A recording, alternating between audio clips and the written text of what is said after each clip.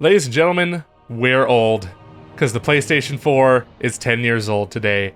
Okay, so I can fathom the GameCube being like 20-something years old.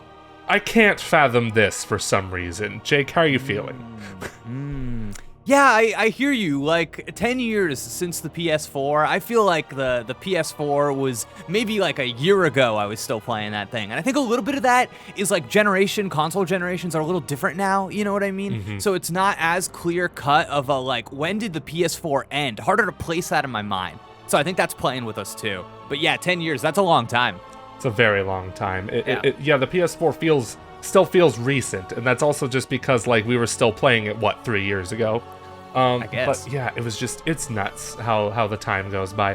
What's gonna mess me up is when the Xbox 360 turns 20 years old in 2 years. I can't. Is that real? That's real. That's not real. It's real. Oh, wow, okay. The Wow, 360 nice. came out in November 2005. It was insane. Okay. Yeah, absolutely Yeah. insane. But yeah, we're here talking about the PlayStation 4. I think one of our favorite consoles, one of the best consoles ever made, arguably. One of the most successful ones. But before we get into like the basics of the PS4, like the games on it, I want to talk about the build-up to it. Because the build-up to this system, including the Xbox One that same year in 2013, was exciting. I think it was the last true exciting console launch in the sense of there being just I don't want to say console wars, but there was kind of like a lot of that going on, and it was just fun banter I remember having with my friends over which system they're going to get at launch, because if it were up to me, I would have wanted both, because at that point, I was just fresh out of high school. I had like a 360 and a PS3, and I definitely had to choose between a PS4 and Xbox One. But the decision was so clear, because Xbox One at that time, all they were talking about was TV. Yeah. You need to check in online every 24 hours, Right. and it was just to me there was no contest. Do you remember all that happening, Jake? That was such a wild time, I think. Oh my god, definitely. I feel like it had that. Well, first off, these like PlayStation, Xbox console launches, they have that energy of like, because both of these things come out within the same like 10-day period. Yeah. And so it is just kind of like a funny thing that happens in this space that's kind of unique to it. But I definitely remember everybody like getting their orders in, being like, oh man, is my order gonna come on time? Like doing all the unboxings and stuff. I know I saw Greg Miller from Kinda Funny posted on Instagram like an old IGN video where it had like 15 people lined up all unboxing their PlayStation 4s that everybody in the office got. And it was like, I don't think that same kind of thing was going down for like the PS5, to be honest. So I don't feel like it either. It felt like felt, everything about the PS5 and Xbox Series X felt very safe and very like samey. There was nothing really to set both of those consoles apart as much as like the PS4 and Xbox One. Granted, there could have been if Xbox One just ditched the Kinect, and that was just a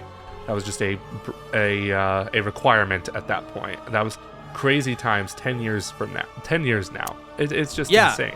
And I think we've really seen how the modern video game consoles have kind of congealed into a very similar thing, and how they're like similar to the PC platform in that way. So the PS4, Xbox One, that like era of gaming was, I think, really the last, bit of this, these like clear identities, these like clear forks in the road, which you definitely saw that during like the PS3 generation, right? With like all the talk of the cell processor and the things that were different between those two platforms. But then PS4, I think the PS4 and the Xbox One, though the consoles actually are really similar, the messaging was so different, like you said. So there still was this kind of like agitprop of console warring happening that I think riled people up, especially the kinds of people that would buy a console on day one, the hardcore gamers. So it was kind of like a bit of a cultural moment, and I think that probably transitions into where you want to go next, to the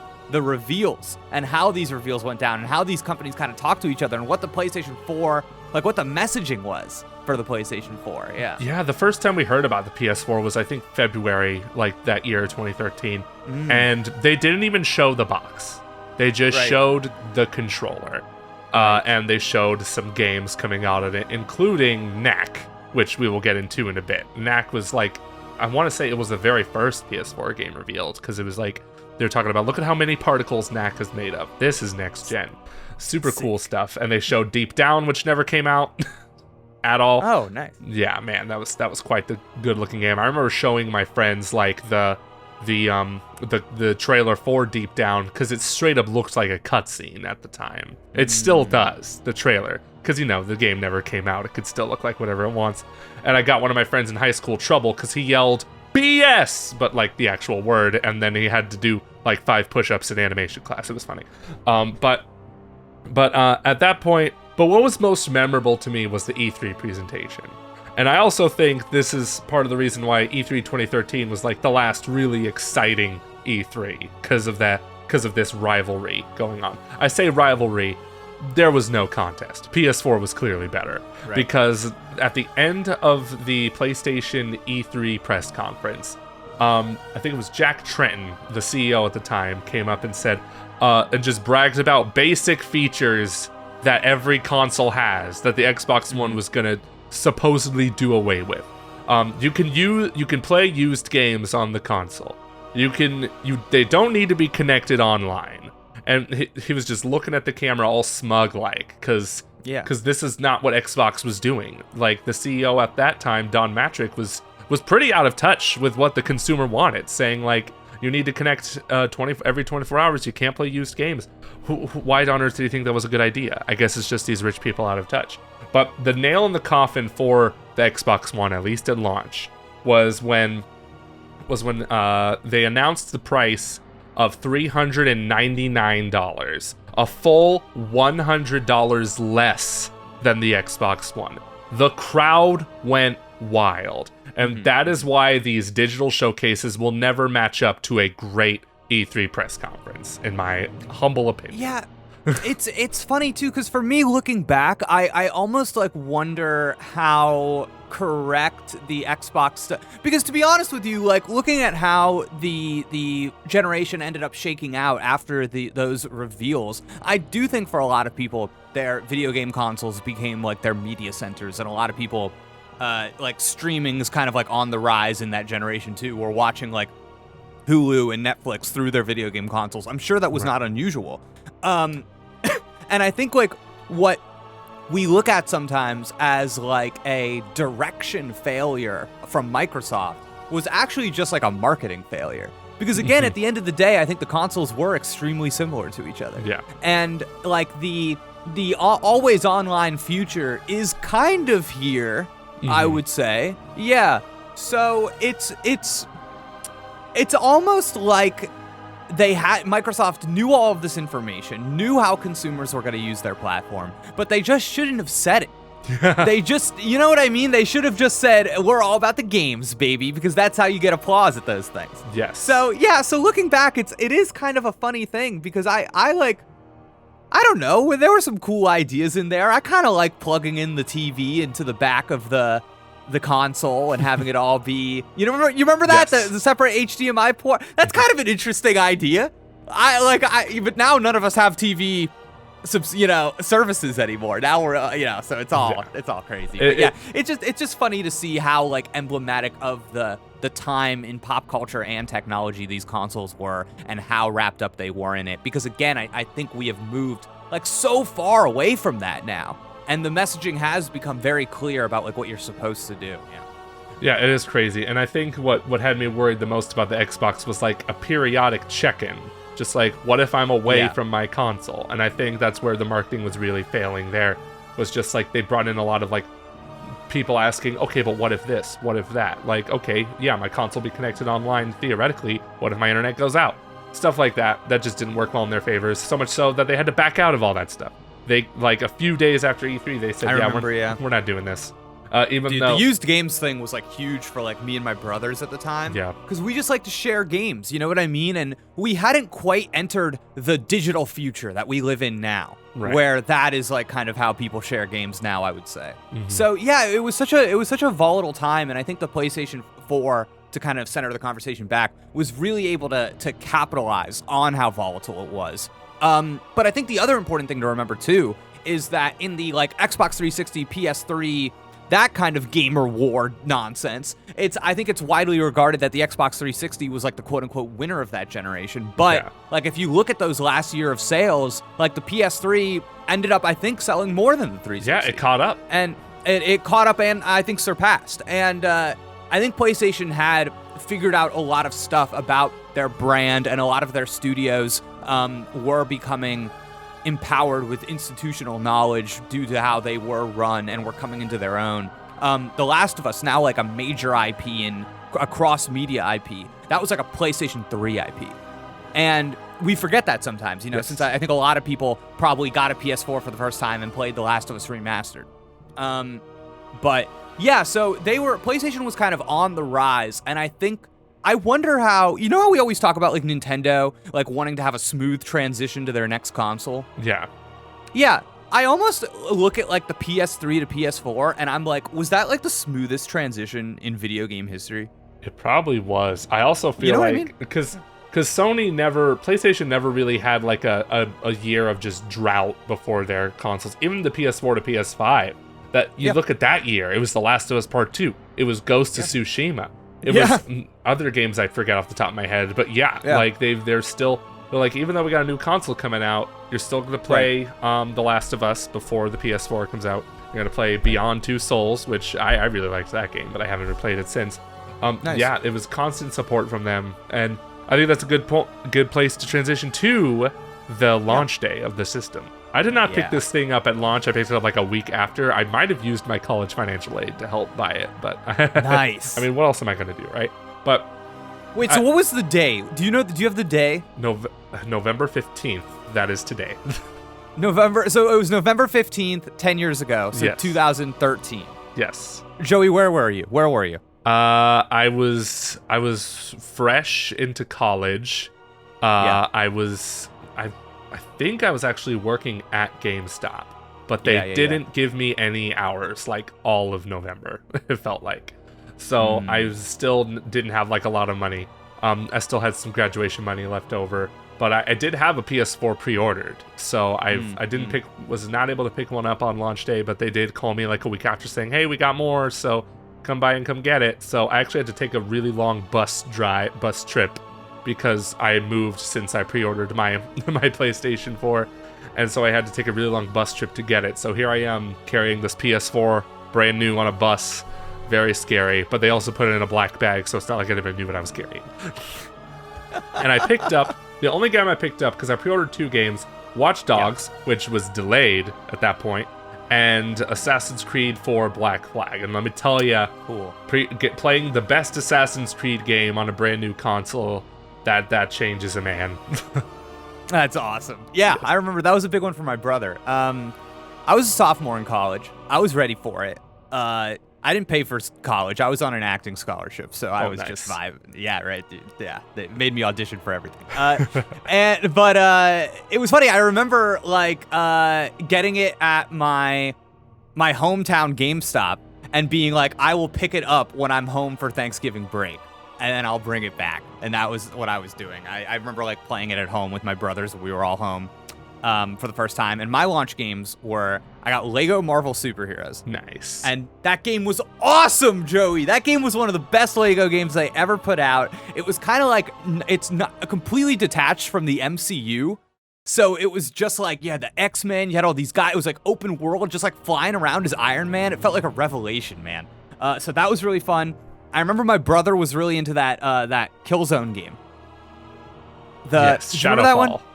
Dude, I didn't want to play it, not my kind of game, but I remember sitting there and being like mind blown. I thought it was visually spectacular. I thought it looked really cool. I thought that was kind of like a banger to have at launch. And I picked up Knack, which I think we'll talk about in a second. Yeah. But the other one for me was, this is like kind of goofy, but I was so excited to jump back into DC Universe Online. Ooh. Coming over from the PS3, a PS4 version available day one. Ran a lot better, looked a little better. That was a good time. I think I probably put the most amount of time in DC Universe Online, a game I return to several times a year since like 2011 probably, and on PS4. Nice little launch line up there. I think it's probably like missing that like absolute like with a bullet killer game, like that first party, that like the Mario one that you kind of want. Yeah. But I think for most people that was probably Resogun. Yes, I remember checking out Resogun. I don't remember how much I played of that game, but it was a fun arcade title, and it was free if you had PlayStation Plus, I believe. Right. So yeah, that was a fantastic game. I think I want to check it out again soon because it got that PS4 Pro enhancement. Now it's 4K, and so that means it's also 4K on PS5. But we'll talk about the Pro later. Yeah, I remember experimenting also streaming it to Twitch, even though I didn't have a mic to like. Oh my God, the share button, Joey! The birth of the share button. That's right. I totally forgot. Which is now useless. Thanks to yep, rest in peace, share button. You can now share it to Twitter. I mean, no, Facebook, not Twitter, not X.com. You can be a weirdo and just post a direct clip to YouTube from what you were playing. I'm like, I don't know about this. Oh my God. Yeah, it's just not good. But yeah, the share button, the select button is now officially gone on non-Nintendo platforms. It is just, and even then, that's the minus button now, but whatever.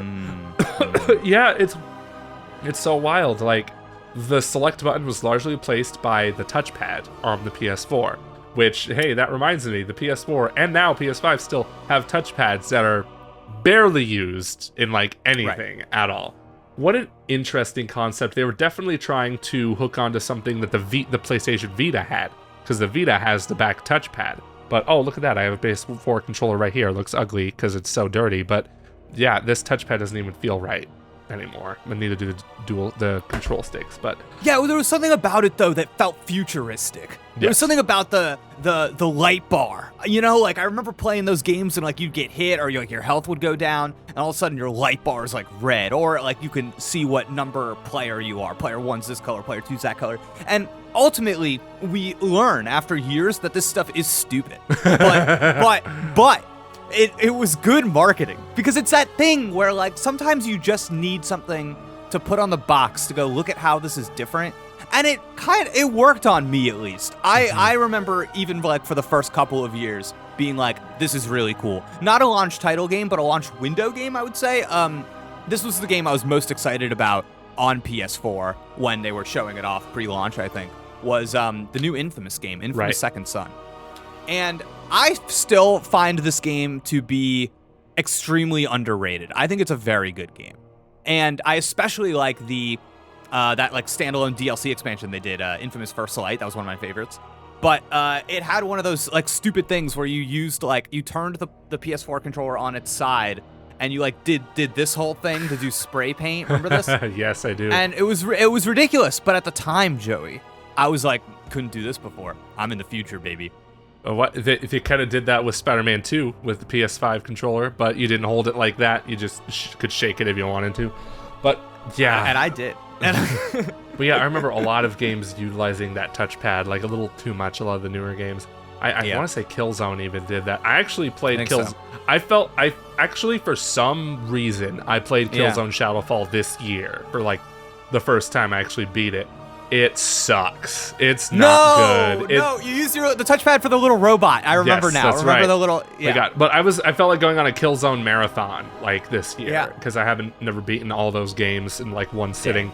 And when I got to Shadowfall, it was just a noticeable step down. It was just the campaign missions were so boring. It was trying to be like a stealth game too, but like Killzone's not about stealth. It's a war game, but it didn't feel like one. That's just my beef with it. But yeah, I'm glad I didn't pick that one up at launch. But I legitimately think I got like Assassin's Creed 4 Black Flag might have been the best launch title, even though it's not like a PS4 exclusive. If that makes sense. I don't have a list of the launch titles next to me, but I do remember... looking at them. Good. Yeah. All right. I just remember the launch lineup for that system. And the Xbox One also being relatively just okay, but that's kind of what we've been used to with console launches, is that they don't always put their best foot forward when it comes to their launch titles. Yeah, totally. And at the end of the day, I don't think that's like the worst thing. You know what I mean? You get some, third party, whatever. I don't know. It's like you have your group of people that are going to buy the game, buy the new system day one, no matter what. So from like a strategic standpoint, I do understand it. Yeah. But yeah, looking back at this list, I do feel like there was maybe a bit of a lull in between the launch window and then like the next big thing. I think that was like the and even then Infamous, you said Infamous Second Son was like the next, might have been the next big thing from what I recall. And even then, I think so. And even then, critically, it was met averagely. It wasn't like, Right. I know you loved it, and a lot of people did love it justifiably, Yeah. but overall, the general consensus was, it's fine. It's not anything like particularly mind-blowing. Oh, and I just remembered, you know what other game I got with my PS4, which I actually won in a contest like the next month after I got it, was Battlefield 4. Killed so much time with Battlefield 4. The campaign was not great, but that multiplayer, I was just like, you're telling me I'm playing a 60 FPS game on my console? Because Battlefield 3 was just like, it was like 30 FPS and lower on Xbox 360 and PS3. But Battlefield 4, like being that frame rate on a console, was like a very big deal. Very big deal at the time. And now it's a standard. So it's, or like subjectively is a standard. But I'd say a lot of games this generation are pretty good about coming with that performance mode. But yeah, very, very fun stuff with that game. Oh. Yeah, oh, please. I was just going to say, we need to talk about Knack. Knack, dude. Knack. Yeah, Knack, really fun. I genuinely, unironically enjoyed it when it was out. You could play local co-op with like another player, so there was like a 2-player thing that you could do the whole game. So I remember like doing that with one of my brothers. It was like simple and like nothing really special in the grand scheme of things, but I think it was nice to have a game that contrasted with your like Assassin's Creed and your shooting games and your, you know what I mean? It was cool that like, in my mind at least, it was one of those things that made PlayStation different from Xbox. It was like, oh yeah, I look across over at what the Xbox people are playing, and they're playing like Rise Son of Rome, which maybe that's like I think in terms of quality of game, Knack and Rise Son of Rome are probably about at the same level. But I'm just more interested in like these goofy little characters and nonsense like that. So yeah. So that's where I came down on it. Yeah, I played like maybe 2 levels of Knack. I bought it much later on. I didn't buy it at launch. And I'm just like, yep, this is definitely a launch game. It's definitely like, right. It felt like very simplified God of War, or at least God of War at that time, when it was still like kind of top down, kind of not. It was just a beat 'em up type game. But I've been meaning to revisit that too, because PS5 with the power of that 60 FPS, you can do it on there. So yeah. My biggest complaint with Knack was that I thought it was lame that you couldn't like grow and shrink on command. Like I thought that was probably going to be the whole game, but turns out no. And then I think in Knack 2 that is what you do, but I never played Knack 2. So. Will there be a Knack 3? Yes. Hundo P. All right, I hope so. P. They should repackage the original games. I mean, no, Oh, that's another thing. PS4 did not have backwards compatibility, and Xbox One didn't either at launch. But that happened later. But even to this day, PS3 backwards compatibility does not exist because they had to do cell architecture on that thing. Yeah, it's funny. To be completely honest, I've never been the most like die-hard my system needs to have backwards compatibility person. I just like, if I'm being totally honest, the new system comes out and I want to play the new games, and then like years later I might be like, oh man, I'm disappointed I don't have a way to go back and play some of these games that I want. Like that's kind of how it tends to go for me. And at the time, the only PS3 game that I was like, oh, this is like slipping out of my clutches and I want to keep playing it, it was PlayStation All-Stars Battle Royale. Oh yeah. Which I was addicted to, but that was a really early cross-buy, cross-play game, and I had it on my Vita, so I was like, oh, I'm fine. I got it. I'm just gonna keep playing the sweet Vita version. Get the platinum in both, obviously. But yeah, so right now in 2023, I am like, man, I wish we had PS3 backwards compatibility. I'd love to just download some of these games, not play them through the dumb PlayStation Cloud streaming, whatever it is, but yeah, I know what you mean. But let's talk about the controller, Jake. This controller right here, one of the most exciting things to me about the PS4. Because the PS3 controller, not to be hyperbolic, but I'm going to be hyperbolic, is garbage. It is small, teeny tiny, doesn't really fit well in my large gargantuan hands. And I just don't like the so-called triggers on it. Or like because in shooters, which I played a lot of at the time, like for some reason, they made it so like the shoot button on most games was like the shoulder buttons, because even the developers knew back then that those triggers, they weren't really triggers, but they tried to be triggers, were just bad. But this controller right here, it definitely gave us those literal triggers, which I loved so much. Played some Destiny on this controller before I returned it because I didn't like it that much, and I just liked its bigger grips. Like, I'm a man with large hands. I gotta have this grip. And I still think the DualSense is better. Like, the PlayStation 5 controller is still better overall, especially like for my hands. And I like the haptic feedbacks on it, although I don't think that's required to make a better controller. But I'm looking at this controller now, and I feel like going back and playing some PS4 games with it. I don't know. It's like, I hate that I'm weirdly nostalgic for it because I was just using it like 3 or 4 years ago still. So, yeah, it's interesting, like how I've forgotten so much about this controller. The DualShock 4, the official name for it. It was a tough transition for me. PS4 controller to PS5 controller. I think I probably prefer the PS4 controller. I think I don't want to give up all those PS5 features, but in terms of feel, I think like the you've got it in your hand, so correct me if I'm wrong. Yes. I feel like the PS5 controller, the buttons, the face buttons, on the PS4 they're like flat. Yeah.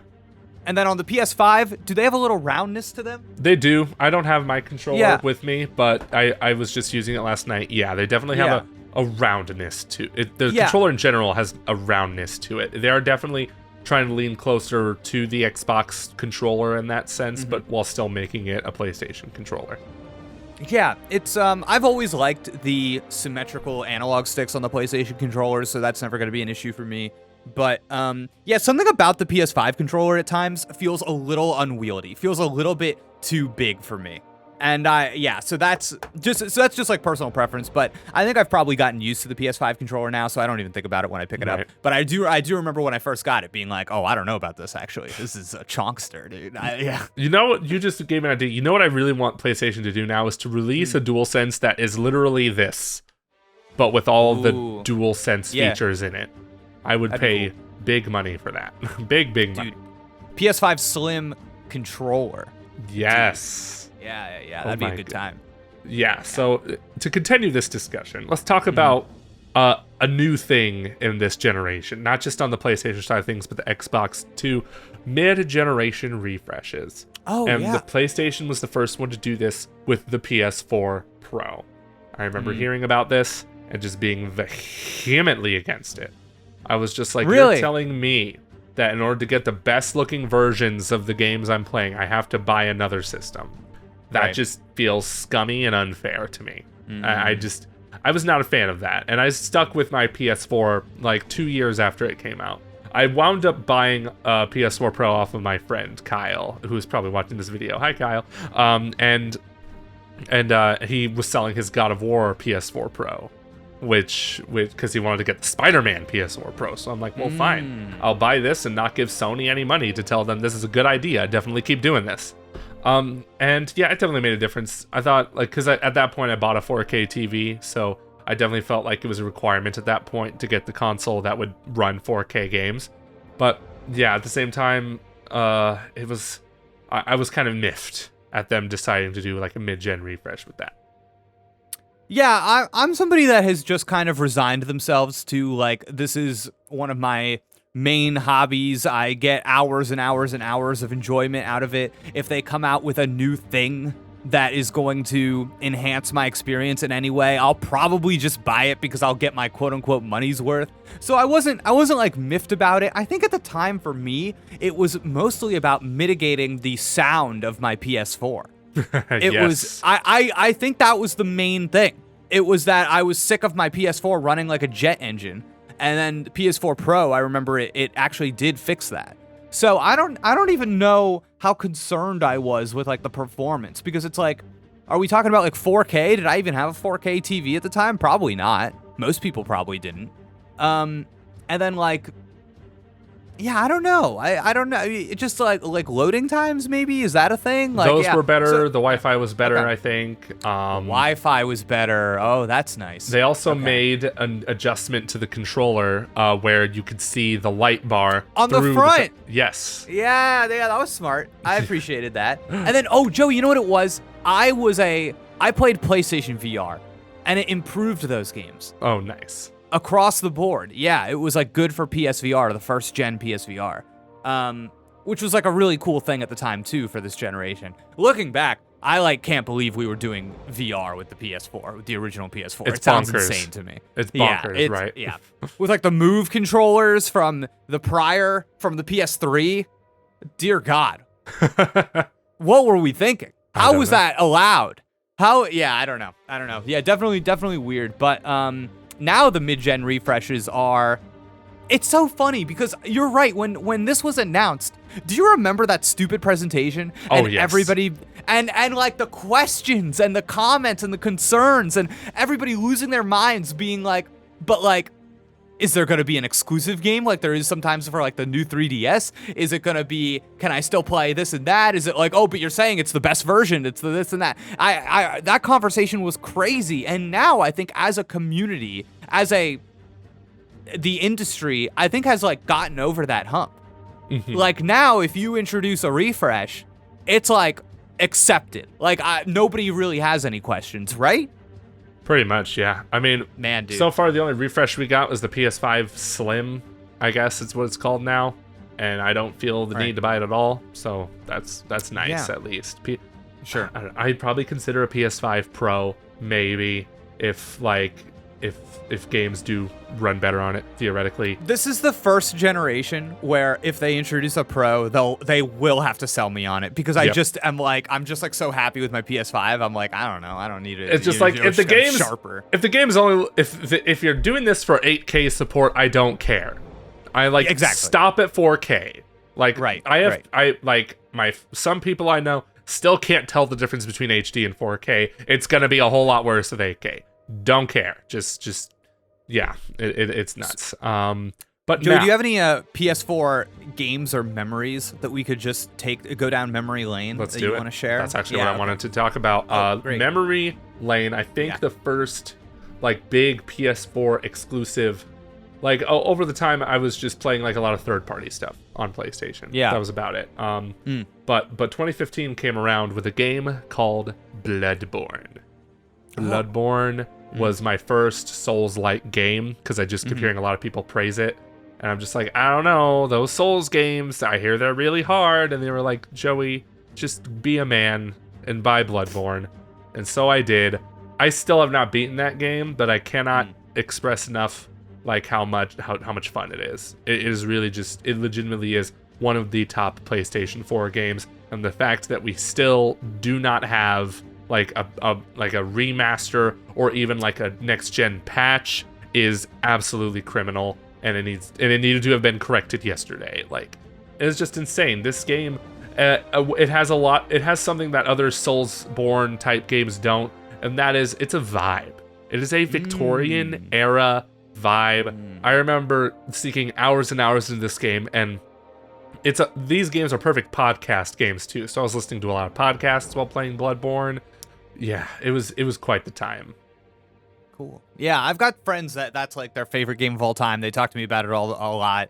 Bloodborne's one of those games where it's like that meme where I'm like, I ain't reading all that, but I'm happy for you. You know what I mean? I'm like, yeah, it's not for me, but I'm glad you enjoyed it. I'm glad people like it. I do think it's weird that we haven't seen our remaster for it because of I do think that the FromSoft name just grows in prominence and cultural cachet. So it is weird that they wouldn't, because you'd think it wouldn't take too many resources to put something like that out. But yeah, I want to give a shout out to Dragon Age Inquisition. Ooh, nice. Yeah, I like that game. That was my first Dragon Age game.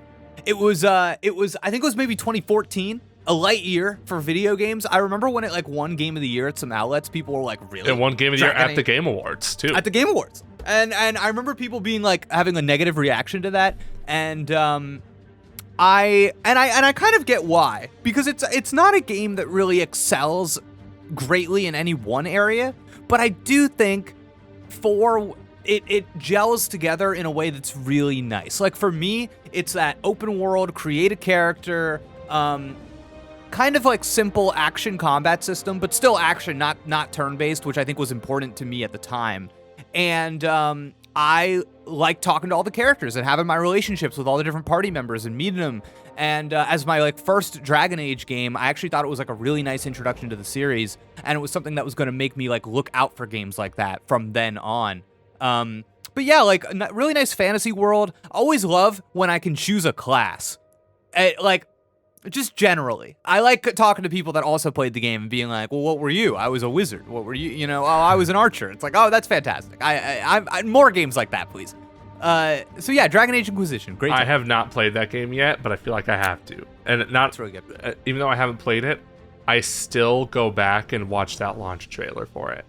Do you remember that launch trailer? Yeah, oh yeah. It is legitimately like one of the best trailers I've ever seen. Heck yeah. Using like a super movie trailer version of What a Wonderful World by Louis Armstrong, but it was just so good.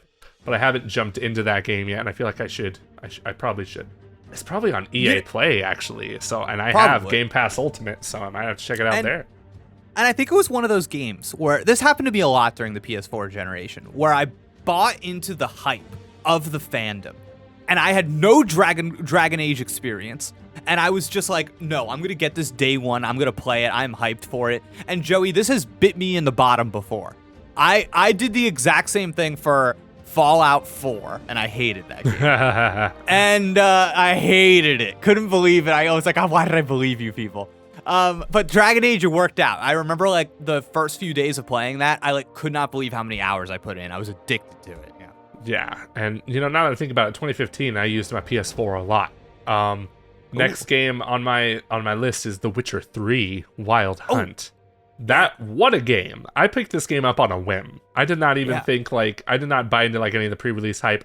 I just heard, oh hey, CD Projekt Red is actually a cool developer. They're giving away free DLCs, and I'm like, I need to support this company. Yeah. I need to. And so I did, and I fell in love with The Witcher 3 ever since. Just a fantastic open world game, addicting mechanics in it. Like, oh, I want to go here to this question mark and see what's over here. Oh, it's a monster nest. Gotta destroy the monster. And there's some deep-ish RPG mechanics in there. Like, hey, if you're about to fight this monster, it's vulnerable to this type of oil, so put that oil on your sword, and then also drink this potion because it's slow, and then this will make you faster. So, and I remember playing The Witcher 2, and it's way more complex of a game, but The Witcher 3 kind of dumbs them down a little bit for dummies like me, and it was just fantastic. It was my game of the year that year, and I did not think I was ever going to like even play it. I just bought it on a whim that day, and I'm like, okay, this is a banger. Yeah, I mean, people are still out here playing The Witcher 3 like it's brand new. Every month they put out the most played games on Steam Deck, and I always see it on that list. I always see Witcher 3. People are playing that game. It has a really good Switch port too, so that was surprising. Oh yeah, it does have. I've got that game on Switch. It's nice. It is really good on Switch. It's shockingly good. And after that, Batman Arkham Knight, like 2 weeks later, we got to talk about the Arkham Knight, baby. Joey, Arkham Knight. Thank you for bringing this up. Oh my God, Arkham Knight. Yeah, Arkham Knight, man. I'm one of these people out here that it's my favorite one out of Asylum, City. Oh wow, that's a unique take. I know, I know, and I know that like even going back to it, the car stuff, it does bother me. It doesn't bother me as much as everybody else. For me, it's Knight and Asylum are neck and neck for me. So I always, depending on the day, I might say a different one. But I really liked all of oh my God, Joey, their next game since we're talking about Arkham Knight right now, and their next game is still not out. Oh man, dude. Oh my God. But anyways, the way that the combat was tuned and enhanced, and all of like the little things that they added to it, all the little things you could do. But also, I just like really liked the way that story unfolded. There's like a sequence of missions in that game where it's like a flashback, and you're doing stuff with Robin before he gets jacked up, you know, going into like the Joker's like little circus house thing, and the style just was like freaking hitting. And that is a game that, when that come out, 2014, 2015? 2015. In 2023, man, that game still looks good. Still looks really, really good. Especially when you compare it to Gotham Knights, which came out last year. Yeah. Gotham Knights looks good sometimes. So. Sometimes, yeah. Sometimes. Yeah. That's really good. And then Metal Gear Solid 5, The Phantom Pain. Did you ever play that one? First Metal Gear game, only Metal Gear game I've ever played. That's all you need. Really liked it. Really liked it, dude. I was all about just the stealth mechanics, just creeping around, taking people down. Like I even like the mission structure of just like going in, doing a mission, popping back out. All about that, man. I feel like the other Metal Gear game. I don't know, so maybe I'm wrong. The other Metal Gear games aren't really like that. They're not. And I wish they were. I really liked it, man. Right. I mean, yeah, I don't want to say that's like the only one you need because the Metal Gear Solid fans would just pummel me in the comments. I mean, I played all the other Metal Gears before 5. 5 is definitely lighter on the story, way lighter, because every other Metal Gear game is cutscene, and you know that's what makes them good. The story's really good. But yeah, I also killed a lot of time with that game as well on PS4. It was also another one of those addicting games, even though I thought it was weird that a lot of the story was told in recordings that you got to listen to on a tape recorder. Very bizarre. I'm overdue for a replay of that game. But yeah. What other games do you have on your list? That's You. I've never heard of this. Yeah, that's right. Okay. So, PlayStation 4 generation, Sony had this initiative where they were making all of these games that connected to your phone and you played them with your phone. And there was a game called, so it was That's You, there was a game called Knowledge is Power, there were a couple other ones, and these were massive, massive hits with my friends and a lot of like my family members and people that don't play games. And like Knowledge is Power is kind of just like a trivia game, and you're like buzzing in, answering questions, that kind of thing. That's You is more of like which one of the people playing right now is the most like this? Or like, oh, draw a little picture and guess who drew the picture and stuff like that. And That's You in particular, the presentation and the personality, unbelievable. So good. I think PlayStation missed out on kind of like a band. I think the studio doesn't exist anymore. And like so many hours of just playing games with like a casual audience. And I think that is something that could really be capitalized now, especially how video game consoles have permeated the space. So if you're unfamiliar, I suggest people looking these up. They're really cool. Yeah. Very nice. My next game, I'm jumping all the way to 2018 because this was another banger year for the PS4. Oh, 2018. Yeah. Shadow of the Colossus, the remake from Blue Point. What a game. What a fantastic. Are you saying no to me, Jake? I'm saying no, dude. This is a bad video game. I think you're just bad at games. All right. Listen, that might be true. But yeah, I just was like, wow, so the premise of this video game is that the controls are bad. Cool, very fun. I thought they improved upon them in this remake, let me tell you. It was just... Oh, Joey, I'm so sorry. I'm thinking of the one with the big bird dog. Oh, The Last Guardian. I'm so sorry. I listen, I don't really like Shadow of the Colossus either, but I don't have the feelings about it that I have about The Last Guardian. All right. I hated The Last Guardian. I have not played The Last Guardian. So okay, all right. So we're back on track. Continue. Yeah. I thought Shadow of the Colossus I think is a perfect remake. It is. Oh, cool. Some might argue they should have maybe put on those, like made those controls better, I guess, but you know, I wouldn't even say they're bad. They're tough by design, because it's you ever tried climbing a Colossus before? It's not easy. I should know. I've climbed many Colossi in real life and in this game. But I'm overdue for replay of this as well, because I just remember playing it and I played this on a standard PS4, not even a Pro, and I thought it was like the best looking game I had ever seen. It probably still is. It's just a fantastic experience. Of course, it's not for everyone because of it's very non-traditional. You have to it's all about there's a Colossus over here, go to it, kill it, rinse and repeat. But the way those battles are designed, and it makes clever use of the Colossi designs and like the environments around them. Man, I need to play this game. It's just, and the artistry of it all, the music, all of it, I can gush for this game for days. Let me hit you with Until Dawn. Oh my god, I need to play this game again, dude. Yes. Joey, I'm in college. I'm hanging out in my apartment at the time with one of my best friends, Pat Walsh, and we would stay up on school nights or whatever, every night playing this game.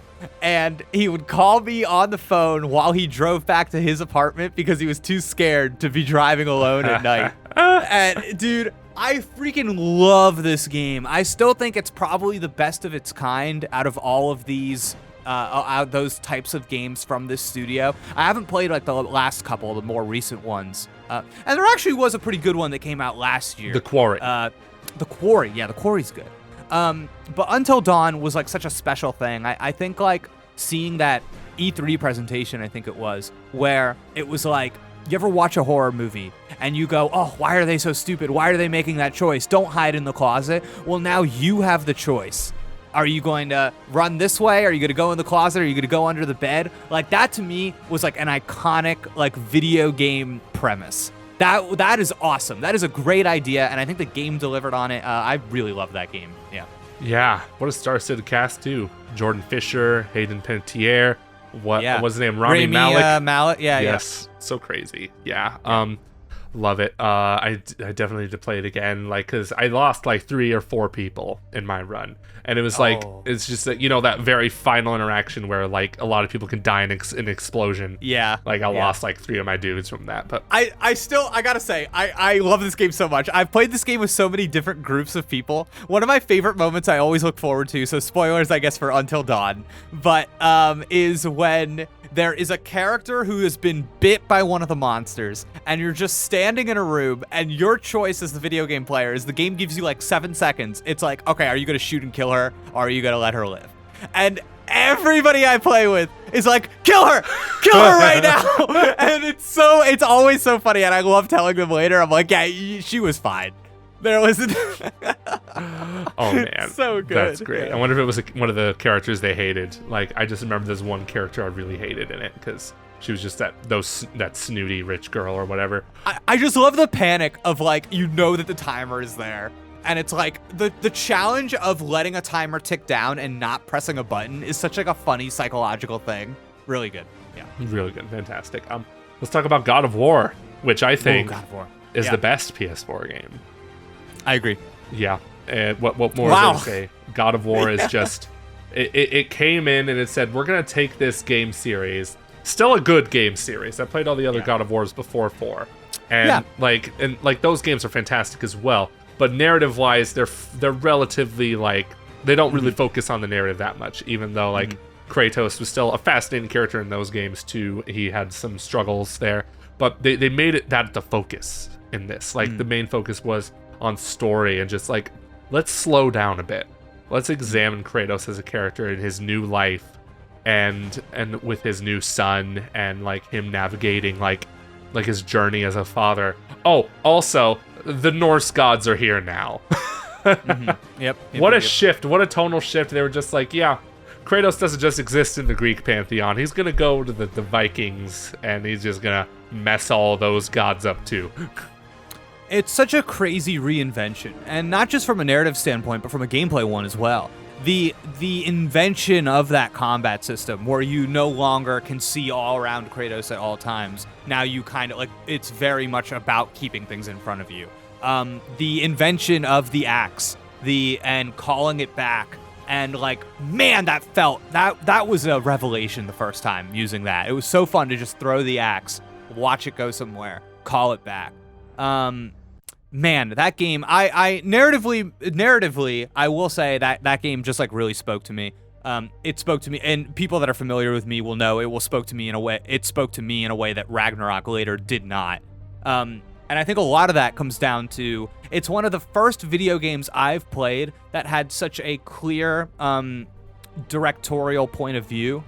And the stuff that they were doing with the camera, and I think like the messaging of the game and how thematically they were trying to tie everything together, it felt so cohesive and whole and complete and purposeful, in a way that was, I think, really magical for video games at the time, and also I think cemented Sony's third-party action narrative kind of path forward that they would end up pursuing.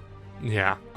It didn't help in Ragnarok. I really loved Ragnarok a lot. That spoke to me a lot too, especially as I played that as a new father, and it's like, like that's when Kratos is really just like, there was one line Kratos had in Ragnarok that was just like, he talked about his grueling training as a Spartan as a child, and then Atreus was like, did you not think I could handle it? And then he said, I didn't think you should have had to. And I'm like, oh, that's so good. But Ragnarok also tried to cram 2 games in one, so it suffered as a result of that. Still love it though, but God of War is of course the better game, and I know that sparked a lot of debate between debate, quote unquote. It's not a real debate, but just like people saying, "Oh, PlayStation only makes The Last of Us for everything, Right. like cinematic movie games." It's just like, if you think God of War is a walking simulator, you clearly have not frickin' played it. Shut up. Yeah, I mean, it is. I also think like storytelling tropes are a thing that evolve over time. And like God of War, the original God of War games were, I think, representative of the time in video games in which they came out, which was, you know, they were very much a response to the mascot platformer, the funny, you know, cute, that it was like, no, we're doing something serious now, actually. And I think like that like death metal kind of version of seriousness, a reaction to that ended up being, I think, like Nathan Drake and those in the Uncharted games, and being like, no, we're doing something that's still serious, but it's like lighter than that. It's like now we're finding this tone, and how games kind of like talk and influence each other. It's like any other artistic medium. So yeah, so obviously I think like big popular games are gonna have stuff in common here, and it is funny that The Last of Us and God of War both do that big guy little buddy trope. And so there is like, I get where people are coming from with that, but then at the end of the day, these aren't movies, they are games, and the way that they play is so profoundly different that like I don't really mind too much, and the stories aren't even really going for, they're diverging so much that it's like, yeah, like aesthetically, I guess, like you look at the box, there's a big guy, there's a little guy, like that's, big guy, little guy. Yeah. Yeah. You know. And you know, we were just talking about The Last of Us. We got to talk about, of course, The Last of Us Part 2. Which, you know, the better Last of Us. Yeah, the better Last of Us game. Like, we're not joking when we say this, y'all. Like, of course, this game was met with a ton of like controversy, and I just gotta tell you, like, media illiteracy went off the rails with this. Like, people just saying, "Oh, this game is bad because XYZ." I don't want to spoil everything too much. I don't want to harp on this too much, but I just felt like the story was just impactful in so many ways, and the fact that it had such a strong reaction just goes to show, like it was going for like, oh, this character did this, of course you hate her, like yeah, right. Also don't harass the voice actor for it. It's really tough to talk about The Last of Us Part 2 without talking about just the vitriol reaction to it. It was it sucked because I beat that game and I just thought, like, wow, what an experience. Like, this took me on so many emotions here, and just to see people dumb it down as, oh, it just revenge bad. It just like, you guys need to just stop playing video games. I'm sorry. Yeah, it's funny too, because I think the stuff that stands out to me most about The Last of Us Part 2 are that I actually found that I think there's like when you think about the stories, and I think when people are comparing the stories, what they're ultimately thinking of are the things that happen at the very beginning and the things that happen at the very end. This is what people always think about when they talk about stories in video games. And ultimately, I think The Last of Us Part 2, it's all the stuff in the middle that I found more interesting. Yes. I think The Last of Us Part 2 was very good at like pairing two characters together for a series of missions, and like whatever those people would talk about or what their the friction between them was.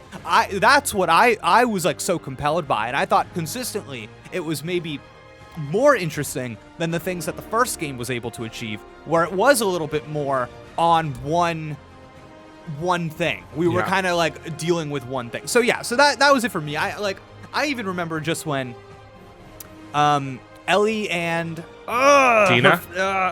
Thank you. When they like, it made such a strong impact to me at the time when they like went into the synagogue and she talked about like what being Jewish meant to her. And it's not like a part of the story, but it is. Mm-hmm. And just like the way that character was given some texture and spoke to me specifically, I was like, wow, I don't play a lot of video games that I feel like are starting a conversation with me. Mm-hmm. So I don't know. It's a game that is cognizant of how it is making players feel more than it is just putting on a show that you're supposed to watch. So I really have a lot of love for The Last of Us Part 2. I also think it plays well. I think it's like a good...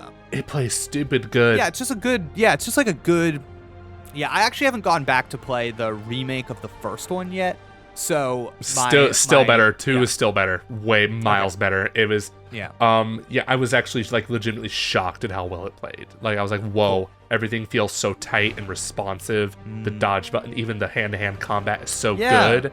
Like I was shocked. I was bewildered. I was like, no way, Naughty Dog is like this good at what they do. It is insane.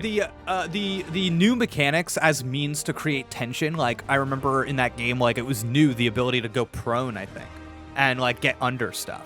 Yes. And I remember like certain parts of the game, how that was used to like create a tense moment, or how they would surprise you and stuff like that. The fact that you could shoot people laying on your back, dude. Yeah, underrated mechanic. Yeah, that was really cool. Yeah, I for maybe like a year now, I've been telling myself I need to go back and just play that game again. I really do. Yeah, a lot of respect for that. I wanted to do like a marathon, like at some point, play part 1 and then part 2. But yeah, I think that just a final note on the story. I loved the way it like it did make me like what Abby did make me hate her, of course, like as a character. You don't see me harassing the voice actor for it, or not even voice actor, just actor, performance capture. But the way like it turned me around on it was just like fascinating. And that's why when I hear people say like, oh, it would have been better if they made you play as her first or blah, blah, blah. And I'm like, yeah, if you want to just completely defeat the purpose of the way the story is told, then yeah. Like, yeah, I mean, Joey, honestly, it's hard for me to even interface with a lot of the criticism of this game, because I just find it to be that, it's the game in which you're primarily playing as women. And that wasn't the case in the first game. And I think like the roles that people are comfortable seeing women in plays a large role in a lot of the kind of like agitprop that people that criticize this game put out. So it's not like I'm happy to have a conversation with anybody about why they liked or didn't like this game, but I have just found that a lot of the criticism is concerned with things that I personally don't care about. So yeah. A lot of the criticism is just, it's not even criticism. It's just like, why isn't this game doing what I want it to do, pretty much? Yeah. But let's move on to something else. A game that came out right after The Last of Us Part 2, which I think we both could talk for ages about, Jake, is Ghost of Tsushima. Here's the thing I feel about Ghost of Tsushima. When I first played it, I was like, this is a solid 8 out of 10. It's fun. It does a lot of open world tropes that I'm not really a fan of. It does tailing missions, which I hate. But the longer time goes by, the more I love this game so much. It is a vibe. I've said that twice already on the show about 2 different games, but it really is just artistry, and the sword combat's just absolutely fun. The story is very unique, I think. Just the whole idea of, like, in order to fight this enemy, I have to lose my honor. That is the very... I haven't watched any samurai films, so maybe this isn't as unique as I'm making it out to be. But it's definitely a story I haven't seen told in video games, and I'm very much in love with this game now, and I do need to go back and replay more of it. Like, it's so good. Of course it's not perfect, but I think the stuff it does well far outweighs what it doesn't do well. It will always hurt me that this game probably killed Infamous. That will always hurt me. And yeah, I had a similar arc to you. I'm also just not somebody that like typically is a historical fiction enjoyer. And the story was able to pull me in. And I think in my head, I was able to draw a line from Jin Sakai to Batman that just made a lot of sense. And I like kind of like keeping that in my, I don't know, the way it was dramatized, I thought was really well done. But yeah, I played this game too and probably would have given it like an 8 out of 10. And then I don't remember when it came out, but that multiplayer mode, that co-op multiplayer mode that they put out later. Yeah.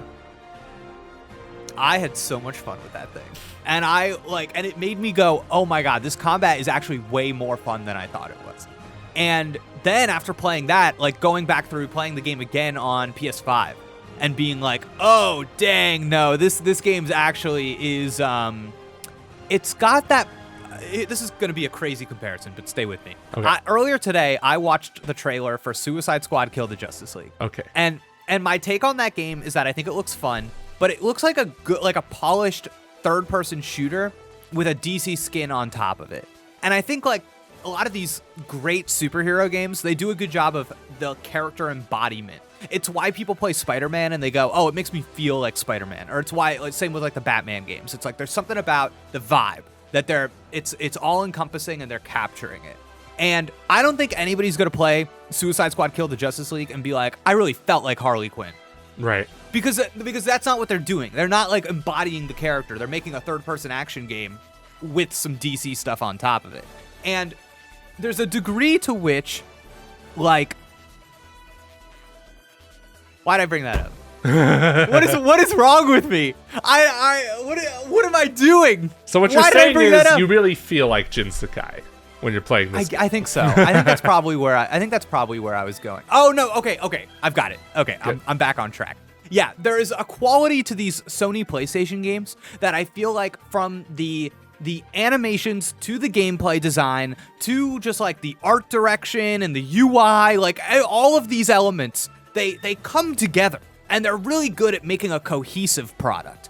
And even with a game I didn't like as much, like God of War Ragnarok, it's like all the teams are talking to each other, and you can tell. And I feel like that's the same thing with Ghost of Tsushima, where it's like they thought about all of the little things in that game, and it's something that I don't see. Like there are parts of AAA games that I feel like I'm playing them, and I go, oh yeah, this is like a video game thing. This is I have to interface with like this video game mechanic right now that is otherwise a part of this game. Whereas in the PlayStation, a lot of these like first-party PlayStation games, I think they do a really good job of making everything super cohesive so that it's not like your experience isn't interrupted in a way. I totally get that. Yeah. Yeah. Very cool. I love Ghost of Tsushima. I really do. There are some games I like to play during seasons. I have a bunch of November games. But Ghost of Tsushima, that's a summer title to me. Like, of course, it came out during the summer, but I remember like lockdown, just being that's all I was doing was playing that game, like during lockdown because I was unemployed, and like a lot of people were at the time, and yeah, it kind of got a weird nostalgia for it. Of course, that was a terrible time, COVID, but being trapped at my house, it felt like I was being on summer vacation, kind of, where I can't really go anywhere though. But I want to talk about a few things. We're going to go a little rapid fire here because I think we talked verbatim, like extensive talk about PS4 and PS4 games. Well, I want to go rapid fire. Let's talk about some games we didn't really get to talk about. Let's do Uncharted 4. Yay, nay, how great. My favorite Uncharted game. Very nice. Yeah, I was playing that on PC last year when we got a code for the PC version. Definitely want to play through all the Uncharted games again, including Lost Legacy, which I still have not finished. By the way, I did that before Uncharted 4. I did the whole collection and everything, and I'm so glad I did it. It was really fun. Yeah. Yeah, it was super good, wasn't it? Ratchet and Clank, the game based on the movie based on the game. Oh my God, was that the only Ratchet and Clank game on PS4? It was. That's depressing. Yes, it is. Okay. Yeah, not the best. Not the best, yeah. Not the best. And these two are multi-platform games, but they have a home on PlayStation, so I'm counting them in here. Crash Bandicoot Insane Trilogy. Did you play that? Not for me. Not for you? Yeah, totally understandable. Yeah, it came out on PlayStation Plus kind of recently, actually. And I started it up, wanted to buy. It's just I have no nostalgia for Crash Bandicoot. Not my kind of platforming game. Mm-hmm. Did you play Resident Evil 7 in VR? Yes, I did. Very scary. That's a good game. I like that game a lot. The one that... Yeah, I think I like that one more than 8. In VR or just in general? Just in general. Yeah, is that a weird opinion? No, it's not. I don't think it is at all. Okay. Village was not as scary. Resident Evil 7 definitely, like big comeback for Resident Evil. Fantastic. I liked the concept with the house too and everything. I thought that was a nice framing of a Fantastic. Yeah, it very much a throwback in a sort of way because the first game was set in a mansion.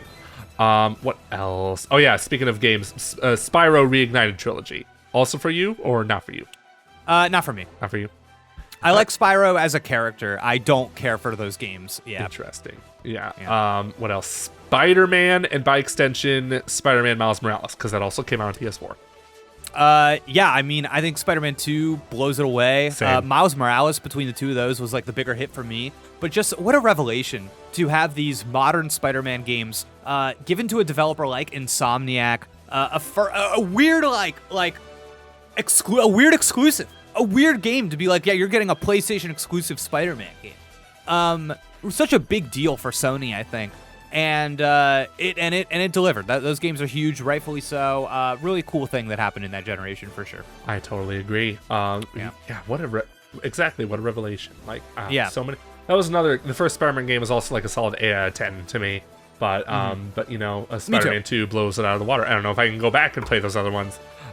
Dude, I know. Yeah. What else? Of course, people really are going to really want to talk about Horizon Zero Dawn, and maybe Forbidden West was also on PS4, but I guess we'll just focus on Zero Dawn. Oh my God, you're right. Yeah, not for me. It's. I wish I liked those games more than I did. It's probably one of my most re-downloaded games that I go back in, I try to enjoy. Same. I just find it so tedious. I find everything in that game. I'm like, I'm shooting stuff. I'm like, how are you not dead yet? It's like, Jake, you got to do the weaknesses. I'm like, I do the weaknesses. Then they run out of weaknesses, and then I just got to keep hitting it. And I don't know. And something about the world and the voice acting, even the performances, it's just none of it. Like, it pulls me in specifically. I'm glad people like those games. I think Aloy is a really cool character. I think I might like a Horizon show in the future. But yeah. I think we're getting a movie. I think that's what I've heard. Okay. Oh, best Horizon game is that VR game. Oh, yeah. Call of the Mountain, baby. Love that game. That was fun, yeah. Have you played The Order 1886? Yes, liked it. Yeah, my brother and I were really into that game. I know it like has a bad reputation because it was full price, and I think it was a short campaign, I would think. It was a short campaign, very little to no replay value. Like, it was like and the boss battles sucked. They were so bad. Right. You can't even call them boss battles. It was just 2 werewolves. Okay, yeah, I remember that. And I wish that game got like a sequel or something, because I actually thought aesthetically it was really cool. Yeah. I remember the weapons being like interesting and neat. Visually, it was like spectacular. I think that was something it had going in its favor. But yeah, I was more positive on that game than critics were at the time. Yeah, I was on the bandwagon. I was like, this game looks beautiful, but it was just boring. But I really did want a sequel, like, because there is something here that's really good for a sequel, and we're never gonna get that because I think that studio is now making exclusively VR games.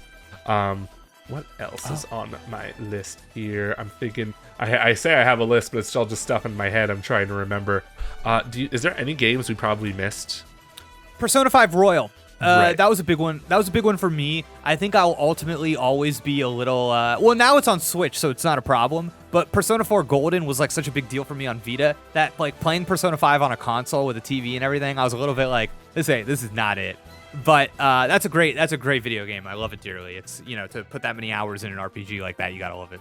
Fantastic. There's another game, the Gravity Rush series, which I started that this year, but I have not gone back to. I need to right that wrong, because I really liked what I played in the first Gravity Rush Remastered, and then I need to jump into Gravity Rush 2, but yeah.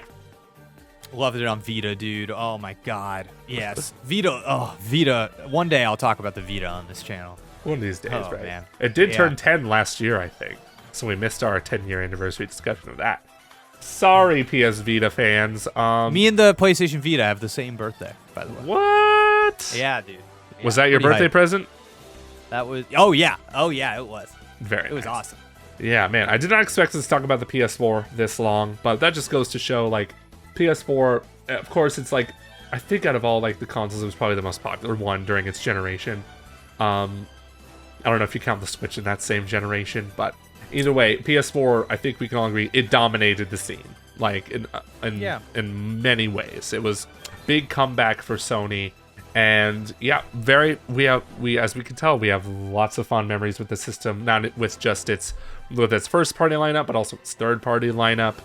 Great system. Any final thoughts on the PS4 before we cut this discussion? I mean, I just think it can't be understated how much I think that generation really like shaped modern gaming as we know it. Just from like the digital storefronts to like, I don't know, it was really the popularization of like things like the share buttons. It's a generation where streaming, I think, really blew up. But like just seeing your friends on a list, like making a party, talking to them while you play a game, Spotify on PS4, like it's such a silly thing, but like it mattered to me. And for Sony in particular and for PlayStation, I think it's funny looking at the roster for PlayStation All-Stars Battle Royale and then seeing all of the PlayStation icons that would be born in the PS4 era that missed that title. That's before Joel and Ellie. That's before Aloy. That's, you know what I mean? It's like, throw the Death Stranding guy in there. Like, that was up on PS4. Oh, yeah, that's another, forgot about that one.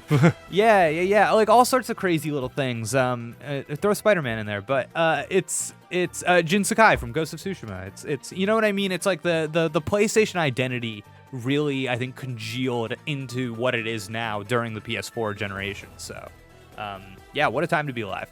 What a time. But let us know in the comments, what are your favorite PS4 memories. Let me know if you're even still playing your PS4, because, you know, lots of people are still playing it. Sometimes it's we tough play to all get... those games on our PS5. So, you know what I mean? Like, everything that we were talking about here, like, I could go download, boot that up right now, which is cool, which is not, you know, so. It is very nice. It really is. Yeah. But thank you all so much for joining our discussion. Until next time, bye-bye.